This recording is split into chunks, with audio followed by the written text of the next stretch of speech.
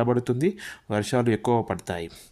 అయితే ఇది ఎందుకు జరుగుతుంది అంటే పసిఫిక్ మహాసముద్రంపై వీచే గాలుల బలం మారుతుంది. ఒకవేళ గాలులు బలహీనపడితే అది పరిస్థితులు ఎల్‌నినోకి దారితీస్తాయి. అదే గాలులు బలపడితే పరిస్థితులు లానినాకి దారితీస్తాయి.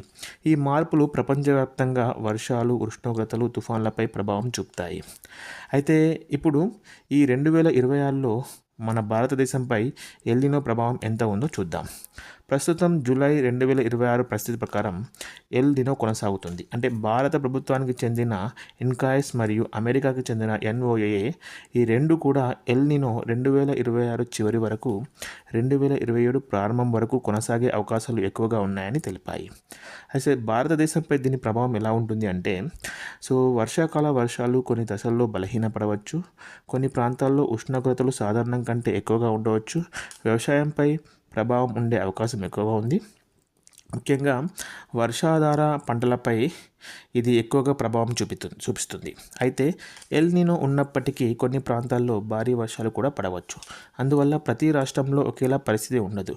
ఫస్ట్ తెలంగాణ విషయానికి వస్తే జూలైలో కొన్ని రోజులు మంచి వర్షాలు పడినా మధ్యలో పొడి దశలో వచ్చే అవకాశం ఉంటుంది.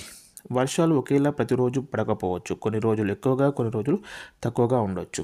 అంటే జనరల్గా ఇప్పుడు మరి సాధారణంగా ఆంధ్రప్రదేశ్లో కూడా ఎల్‌నినో ప్రభావం ఒకేలా అన్ని జిల్లాల్లో ఉండదు. కోస్తా ఆంధ్ర, రాయలసీమ, ఉత్తరాంధ్ర ప్రాంతాల్లో ప్రభావం కొంత భిన్నంగా ఉండవచ్చు.